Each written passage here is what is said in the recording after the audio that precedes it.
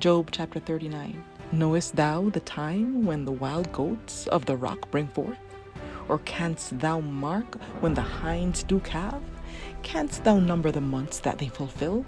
Or knowest thou the time when they bring forth? They bow themselves, they bring forth their young ones, they cast out their sorrows. Their young ones are in good liking, they grow up with the corn. They go forth and return not unto them. Who hath sent out the wild ass free? Or who hath loosed the bands of the wild ass? Whose house I have made the wilderness, and the barren land his dwellings. He scorneth the multitude of the city, neither regardeth he the crying of the driver. The range of the mountains is his pasture, and he searcheth after every green thing. Will the unicorn be willing to serve thee, or abide by thy crib? Canst thou bind the unicorn with his band in the furrow? Or will he harrow the valleys after thee? Wilt thou trust him because his strength is great? Or wilt thou leave thy labor to him? Wilt thou believe him that he will bring home thy seed and gather it into thy barn?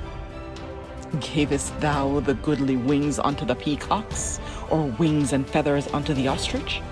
Which leaveth her eggs in the earth, and warmeth them in dust, and forgetteth that the foot may crush them, or that the wild beast may break them? She is hardened against her young ones as though they were not hers. Her labor is in vain without fear.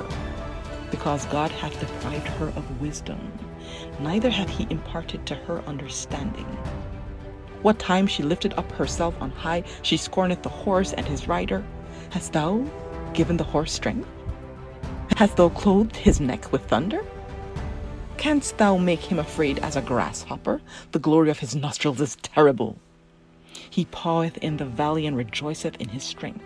He goeth on to meet the armed men. He mocketh at fear and is not affrighted. Neither turneth he back from the sword. The quiver rattleth against him. The glittering spear and the shield. He swalloweth the ground with fierceness and rage.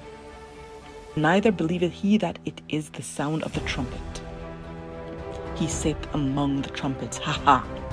And he smelleth the battle afar off, the thunder of the captains, and the shouting.